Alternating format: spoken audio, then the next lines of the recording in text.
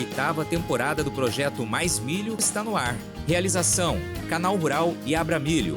Patrocínio: AproSoja Mato Grosso, Senar Mato Grosso, Bayer, Vence Tudo, Impasa, Irrara e Calpar Calcário Agrícola. Apoio: Brevante Sementes, Pivot Mill e Câmara Setorial de Equipamentos para Armazenagem de Grãos da ABMAC, Armazena Mais Agro.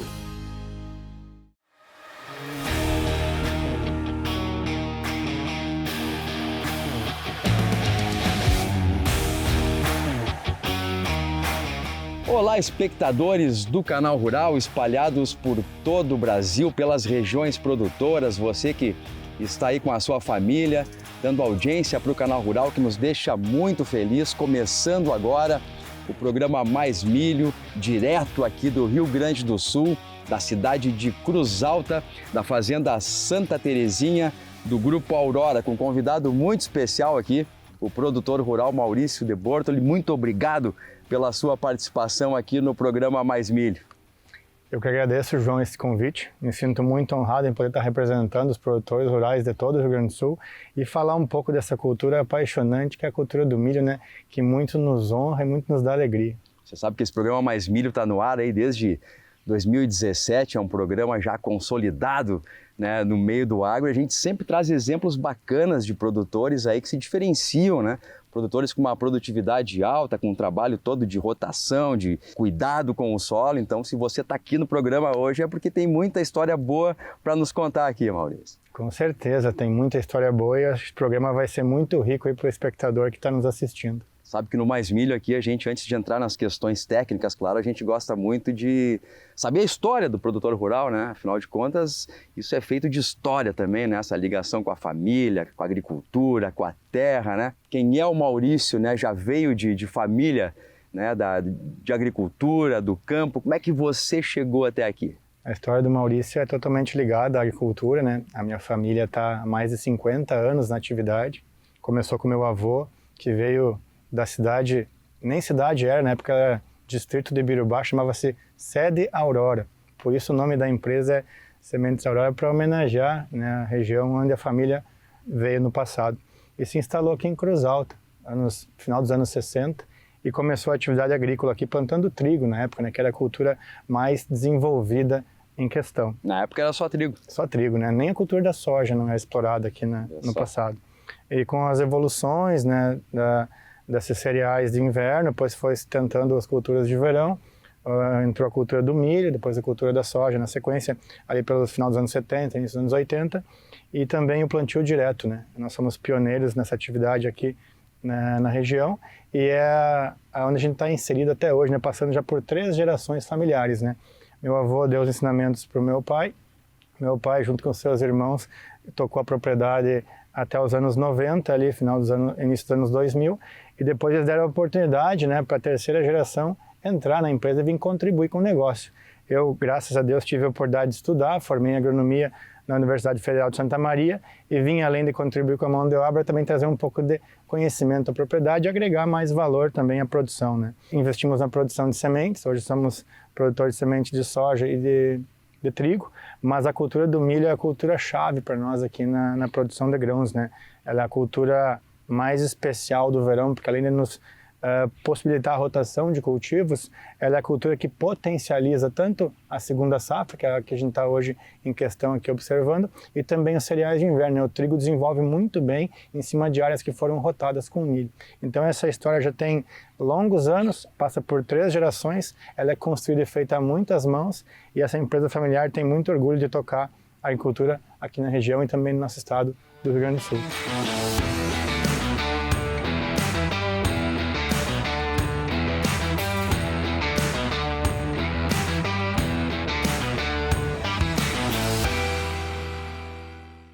Quer dizer, para você ali naquela fase que está acabando o ensino médio ali, tem que escolher o que vai fazer da vida, deve ter sido, acredito, algo muito natural pegar esse caminho aí. Com certeza, quando me perguntam quando que eu decidi seguir na carreira, né, da agronomia e me tornar um engenheiro agrônomo e vir contribuir com a agricultura, eu digo que essa decisão foi tomada aos 10 anos de idade, na 5ª série.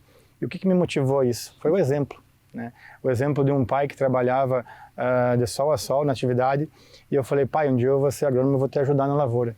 Ele falou, filho, por que tu não estuda e tenta ser alguém na vida para não sofrer tanto como teu pai, depender de clima, chuva, seca, intempéries, enfim, né? É uma atividade que tem bastante desafios, ela é sofrida por muitas vezes, mas é muito gratificante, porque você trabalha produzindo alimentos, produzindo sementes e empregando pessoas. A atividade ela tem um cunho social muito importante, porque a base da cadeia aqui da nossa cidade, do município e do Rio Grande do Sul, 2/3 advém do setor primário. O setor primário que eu falo é produção primária, tanto a agricultura quanto a pecuária e também atividades relacionadas, atividades do setor primário, desenvolvem o Estado. Então é muito importante você contribuir para o desenvolvimento tanto regional quanto da matriz produtiva do Estado que você está inserido. Eu vim para a empresa familiar com um grande desafio, né? Mudar um pouco o nosso termo de produção, agregar valor e também agregar esse conhecimento em irrigação e em produção. Na nossa empresa, na época, anos 2006, que era quando eu vim trabalhar na empresa, não tinha nenhum pivô central. A gente não usava a irrigação como tecnologia para garantia de produtividade e para o aumento dos resultados no campo.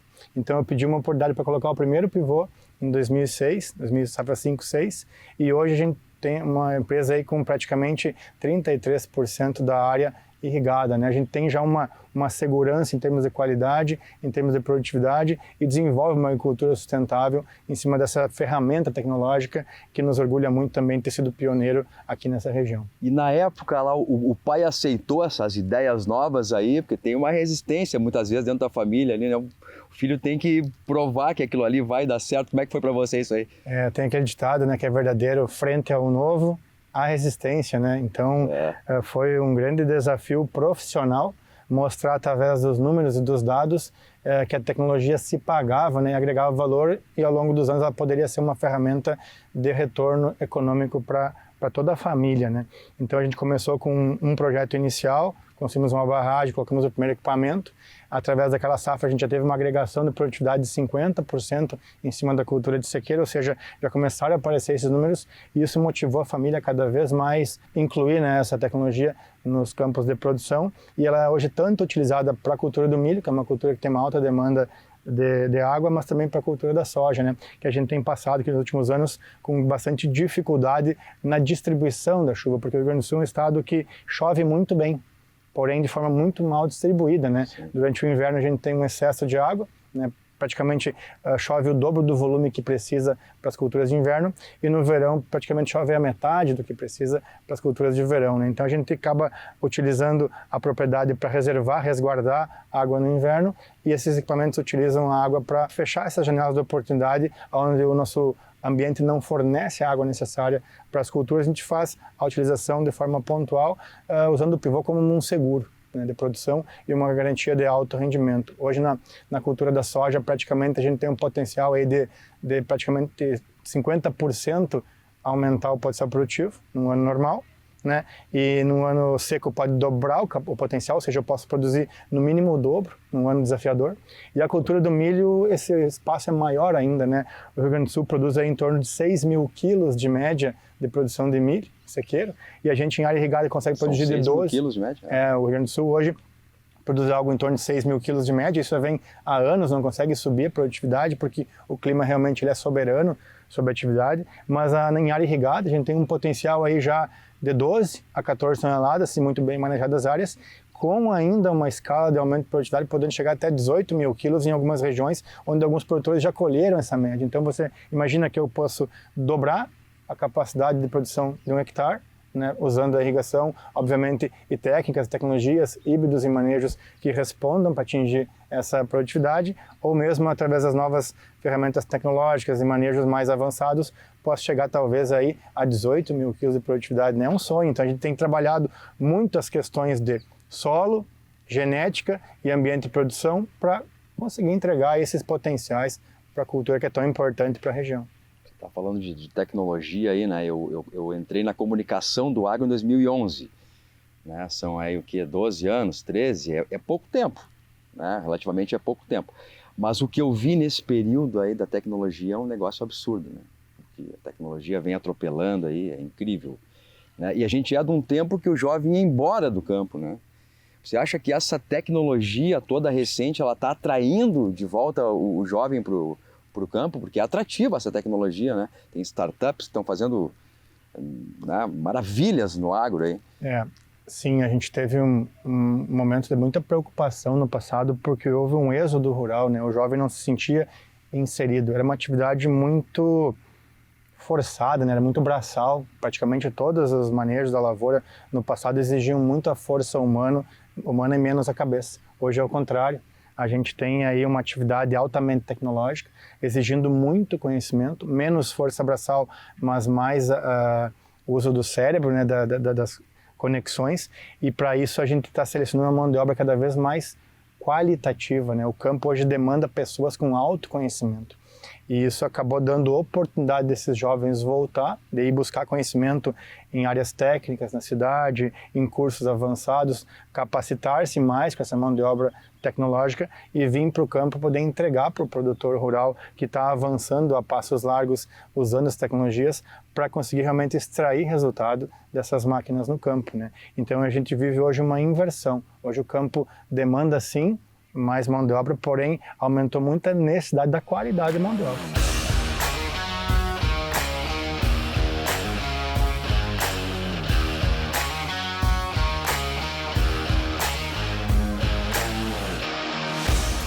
Muito obrigado até agora pela entrevista. A gente vai para o intervalo e depois do intervalo a gente vai saber mais, conversar mais com o Maurício, né? Os segredos dessa produtividade, né? Todo o trabalho que ele realiza aqui no solo, nesse ambiente produtivo, direto aqui de Cruz Alta. Fica aí que nós já voltamos.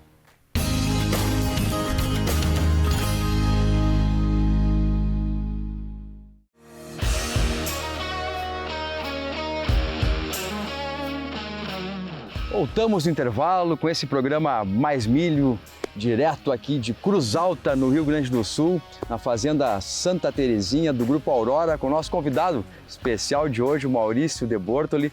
Maurício, eu queria que você começasse esse segundo bloco aqui, fazendo um raio-x, um panorama da sua propriedade aqui, né? O que planta, a rotação de cultura, né? A área agricultável. Fique à vontade para apresentar a propriedade. Tá bem, João. Aqui a nossa propriedade em Cruz Alta, ela trabalha em cima do projeto de rotação de culturas, né? Basicamente, no inverno, que é a cultura preparatória que a gente desenvolve para estabelecimento das culturas de verão, a gente divide a propriedade em 3 terços, né? O primeiro terço a gente cobre com culturas gramíneas, como a aveia preta, a aveia branca e também as aveias ucranianas, né? No segundo terço a gente cobre essas áreas com um mix de planta e cobertura. A gente trabalha até 7 espécies de 3 ou 4 famílias, dependendo de como que a gente constrói esses mix de plantas, que são obviamente planejados para a introdução da soja do cedo ou da cultura do milho. E o terço final a gente cobre com a cultura do trigo, que hoje é a cultura mais importante em termos de cenário de rendimento econômico para o produtor rural, né? A cultura do trigo aqui ela tem um espaço importante, a gente desenvolve ela na propriedade aqui da família há bastante tempo. Quando eu falo em culturas de verão, aí a gente entra com 2 culturas principais. A soja hoje ela ocupa um espaço de aproximadamente 80% da nossa produção de verão, de primeira safra, e a gente também tem a cultura do milho, que ocupa todo ano 20% desse espaço da primeira safra de verão. Então a gente passa o milho como rotação de culturas e ele também abre espaço para 2 culturas importantes que vêm na sequência, que é a segunda safra, né? A gente tem ainda um espaço para fazer uma segunda safra de soja em cima do milho verão e depois pode fazer um trigo no inverno subsequente, otimizando o uso da propriedade, ou seja, nós temos a chance aí de em torno de 14 meses fazer 3 safras, né? Praticamente dentro de um ano agrícola, conseguir 3 rendimentos econômicos na propriedade. Então, o panorama nosso da rotação e do uso das culturas de verão é esse na propriedade, né? Bom, e agora eu vou convidar o Maurício para a gente dar uma volta no campo, que o Favareto, engenheiro agrônomo da Bayer, está ali nos esperando. Vamos lá? Vamos lá. O Maurício é um exemplo de investimento em sistema produtivo, pensando em solo, em melhoria de solo ano após ano, né, e fazendo uso de uma ferramenta fundamental que são as plantas de serviço ou as plantas de cobertura, trabalhando muito a parte biológica do solo, né? A parte biológica do solo é que vai desenvolver vida e vai fazer com que todas as plantas consigam se desenvolver, reciclem nutrientes, fixem nutrientes e tragam um ambiente muito mais equilibrado para o solo. Quando você trabalha com um bom perfil do solo, com uma boa palhada, com uma boa rotação de cultura, você com certeza reduz riscos. A gente vem de 2 anos aí de estiagem, de seca, essa última safra chuva, né, que prejudicou bastante gente, favoreceu cigarrinha, né, eu vi incidência de percevejo também em algumas áreas, né, e outros problemas causados, né, pela chuva aqui. Qual a importância do milho nesse contexto todo do ambiente produtivo de uma fazenda? A cultura de milho é muito importante, o produtor não pode desanimar. A gente sabe que a cultura de milho ela tem um valor agregado maior em termos de custo por propriedade, só que o potencial produtivo dela é maior. O que o produtor tem que fazer de estratégias para conseguir mitigar algum risco é escolher híbridos mais tolerantes a pragas, materiais que resistam talvez a alguma doença específica que aquele ano está mostrando que pelo cenário do clima ele vai estar mais favorável, e usar tecnologias para poder corrigir esses desafios climáticos. A irrigação é uma ferramenta, o produtor pode irrigar sua propriedade. A gente sabe que toda propriedade é praticamente impossível irrigar, mas uma parte dela, para garantir que ele tenha bons resultados em cima das culturas de verão, principalmente a cultura do milho, se faz necessária.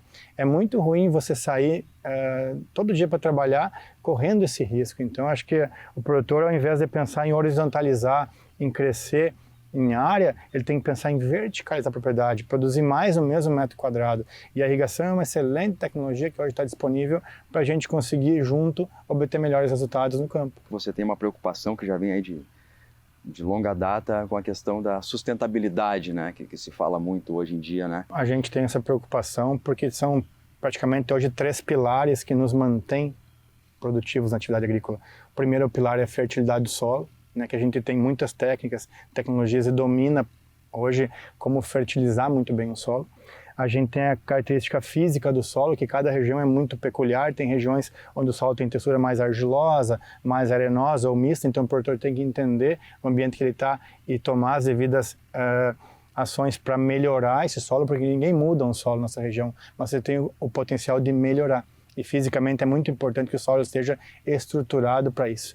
E também a parte biológica, né, que hoje é uma ferramenta que a gente tem estudado e investindo muito, que é melhorar a participação dessa biota positiva do solo, para que a gente fique menos dependente de ferramentas químicas para combater doenças e pragas e potencializar nossas culturas.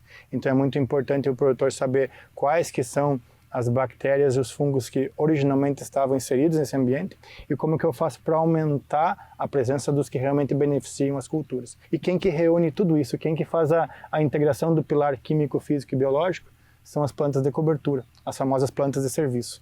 Essas plantas que foram introduzidas aqui no Rio Grande do Sul através das gramíneas de inverno, depois a gente começou introduzir crucíferas, fabáceas e poáceas, são várias famílias que são estruturantes de solo, melhoram a fertilidade, ciclam nutrientes, descompactam o solo fisicamente, ajudam a acelerar essa microbiota, produzem efeito cultural de fluxo de daninhas e também protegem de chuvas pesadas com relação à erosão e ainda guardam umidade para as plantas quando a gente cultiva as plantas comerciais. Então hoje eu falo que as plantas de cobertura para um solo são como a pele para um ser humano. Efeito protetor. Nem um ser humano sobreviveria se ficasse com essas estruturas musculares e seus órgãos à mostra, né? A pele é um efeito protetor. O solo é a mesma coisa. Quando eu vejo um solo descoberto, desprotegido, eu penso que aquele solo está praticamente em decadência, está no caminho da morte. Então é muito importante o produtor entender que produzir grãos é muito importante para a propriedade, mas ele tem que ser sustentável ao longo dos anos. Ele tem que tentar produzir cada vez mais com menos recursos, reciclando seus próprios insumos, as tecnologias e as opções que ele tem no solo para aumentar o potencial das culturas de verão. A gente viaja por tudo aí, as regiões produtoras, e vê tantos exemplos bacanas do agro relacionados à preservação, sustentabilidade, meio ambiente, e de maneira geral a sociedade não enxerga isso muito bem ainda. Você acha que a gente já avançou nessa caminhada, já foi pior isso, essa comunicação? E o que precisa aí para sair fora da bolha muitas vezes, né? E a sociedade enxergar tantos exemplos bacanas que a gente tem. Um deles é aqui, nesse programa de hoje. Acredito que sim, João. A gente já avançou em cima desse dessa temática, né? Hoje o produtor rural ele é muito bem visto porque ele consegue cada vez mais produzir em equilíbrio com o meio ambiente. Se faz necessário, não existe agricultura sem respeito ao meio ambiente e não existe aumento de produtividade sustentável sem equilíbrio entre solo e planta. Então o produtor hoje é muito comprometido com isso, ele é muito regulamentado e a gente tem que ter a oportunidade de poder estar comunicando melhor essa atividade. Hoje esse programa tem esse viés, a gente está conseguindo levar isso à sociedade, entregando alimentos mais ricos, cada vez mais produtivos, mais baratos para a alimentação humana e com menos impacto ao meio ambiente. Eu acredito que o produtor que não entendeu esse lema, ele automaticamente vai ser descartado da atividade e vai dar oportunidade para novos produtores entrarem, porque o exemplo arrasta. O que eu estou fazendo aqui hoje, contar um pouco do nosso trabalho e o que a gente tenta divulgar através dessa oportunidade que a gente tem, é deixar esse legado produtivo, é mostrar esse exemplo de trabalho, porque isso vai servir para muitas gerações.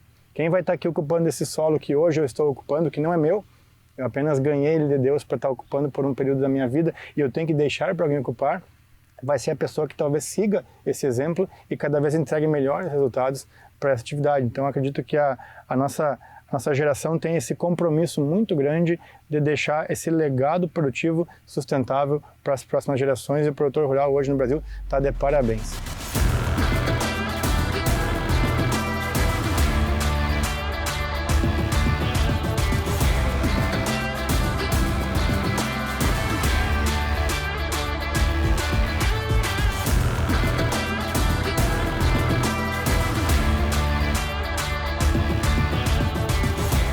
Muito obrigado pela entrevista, parabéns pelo teu trabalho, que você continue nessa jornada aí com muito sucesso. Muito obrigado. Obrigado, foi um prazer. Tenho certeza que os produtores aí no Brasil todo gostaram muito do que assistiram aqui hoje. Nós ficamos por aqui, esse foi o Mais Milho de hoje, direto aqui de Cruz Alta, no Rio Grande do Sul.